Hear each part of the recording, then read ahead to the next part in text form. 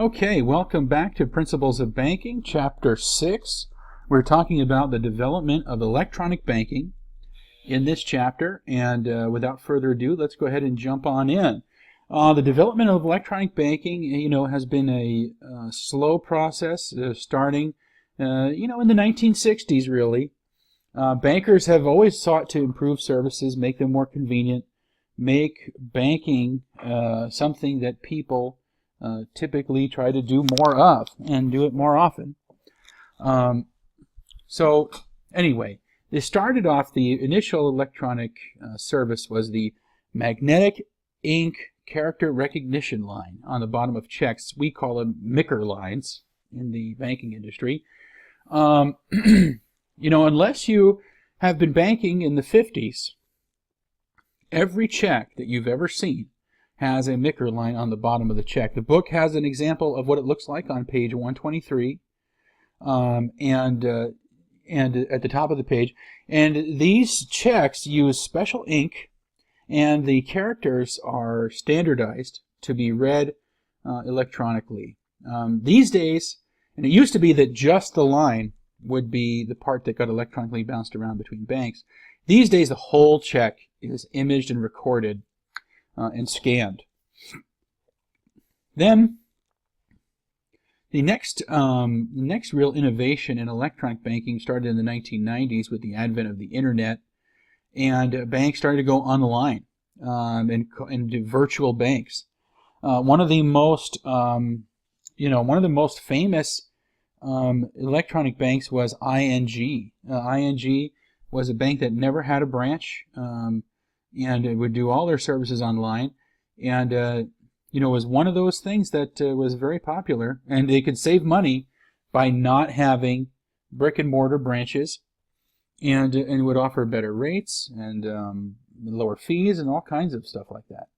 Now the big hit is mobile banking, doing it with iPhones and Androids and all sorts of devices, iPad, etc. If you remember PDAs, or what was the acronym for that? I don't even remember now. Personal, I don't even remember what a PDA stands for, except for when I was in high school, we called it Public Display of Affection was a PDA. But anyway, these personal data devices, or the PDAs, Personal Digital Assistant, there you go, my mistake. PDAs, if you remember those, were little Palm Pilots, so people would use it to sort their information and tasks. That's where mobile banking started. Now it's on your iPhone. You can bank from anywhere. For processing electronic transactions here, there's a few different things. So the book has one acronym, which is Electronic Funds Transfer, or EFTs. These systems are used to transfer money from one bank to another, and it's initiated electronically, either through a telephone, a computer.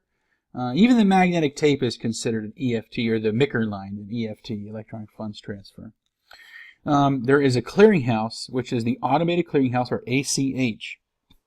This clearinghouse is a national network that provides processing of some electronic services, typically online bill pays, direct deposits, and direct debiting.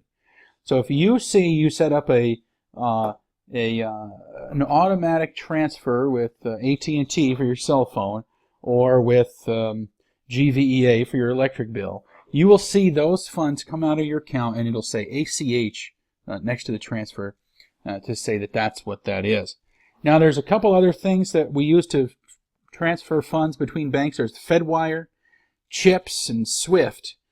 SWIFT is used to do international bank wires from bank to bank. The FedWire fund service is really used between U.S. government and between banks, and then there's CHIPS also, which forwards some financial stuff through for interbank transfers, and it's a real focal point in the international dollar market, where banks can transfer and trade in currencies. So e-banking, or electronic banking, and consumers For consumers, the simplest version that you're probably familiar with is direct deposit. Many people have been using direct deposit for many years.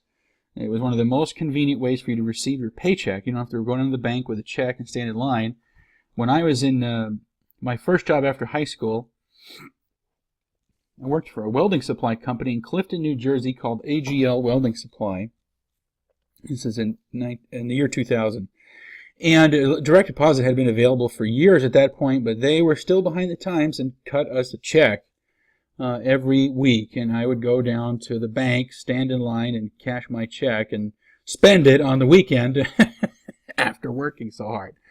The other electronic banking services that we typically use are bank websites. Bank websites are a wealth of information, give you some ideas on accounts. You can research what you're going to be working with. There's internet banking services, which is where mobile comes in, and also doing your transfers and balance checks online, very common. Electronic checks. Electronic checks are doing a lot of activities using electronic checks where instead of writing a check each time, you will give your information to a company over the internet, and they will print up an electronic check to do it. There's ATM debit and credit cards. These are electronic banking services that a lot of people use. And the newest thing are contact payment devices, or RFID, are sometimes used, RFID chips. What these are, there used to be this thing called mobile pay, where you could have this little mobile tag that they would give you at the mobile gas stations. And instead of swiping your card, you just tap it with this mobile pay tag and be on your way. Now they're trying to use this with iPhones and other ways of doing it. It's still a couple years off probably, but it's going to become more and more common. Okay, e-banking and businesses. So the original item that businesses would most utilize was called a letter of credit. And a letter of credit is issued by a bank, which guarantees a business's creditworthiness to a certain dollar amount, and was used to facilitate international trade. And in the old days, these letters would be on actual paper with a wax stamp and everything else. Today, we still issue letters of credit. It's not quite as common, but they're done electronically now. But it's with a lot of the same stuff that the old letters of credit would use. There is electronic bill presentment and bill payment, which are consolidator services where certain companies will act as the go-betweens for businesses and their payment needs, and there'll be a third party that collects bills and posts them between the businesses that need to get paid and the businesses that need to pay. And then biller direct, which is sort of the same thing, except instead of paying, these ones will bill out the bills to consumers. And then there's imaging and remote capture, and this is a very convenient tool for businesses today. You'll see here, I put a picture of it on the bottom right of your screen. This is what it looks like, and this is for the busy business owner on the go. You can scan checks directly to your bank using this remote deposit, a remote capture system, and not have to go to the bank. So if you're dealing in electronic means only, and what I mean by that is that you're not collecting cash. Let's say you own a business that's everything's checks and credit cards. You don't have to ever go to the bank. You can use an electronic remote capture machine like you see here, and save yourself a trip. So a very interesting time that we live in. So much of your banking business can be done electronically now.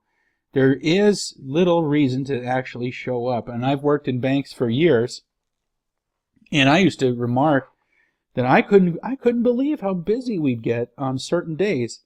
And if I didn't work at a bank, I'd never go. And that's still true today. If I didn't work at the bank, I would never go. And the only reason that I do any banking in the bank is when my grandma sends me a $25 check on my birthday or whatever it might be. That's it. And other than that, I don't go to the bank. And you don't need to go. E-banking, mobile banking, all of these devices that we have today, you don't need to go. You can do your banking online. It's very convenient and very easy. So last as always is our laws and regulations. I'm not going to go terribly into depth on these on the slides here, but just know that the Electronic Funds Transfer Act and Reg E sets the rules for the players in the EFT systems and the differing rules that we use. And there's also some overlap with Regulation CC or Check 21 regarding the funds availability and how quickly a bank must make those funds available. So that's it really for this chapter. Look over the, of course you've probably noticed already that I tend to, do quizzes and exams on the bolded terms throughout the chapters, and pay attention to those because that's where a lot of additional information might be seen. So until next week when we look at another chapter, keep up the good work, and if you have any questions, shoot me an email or you can post a discussion on the discussion board, and we'll talk again soon.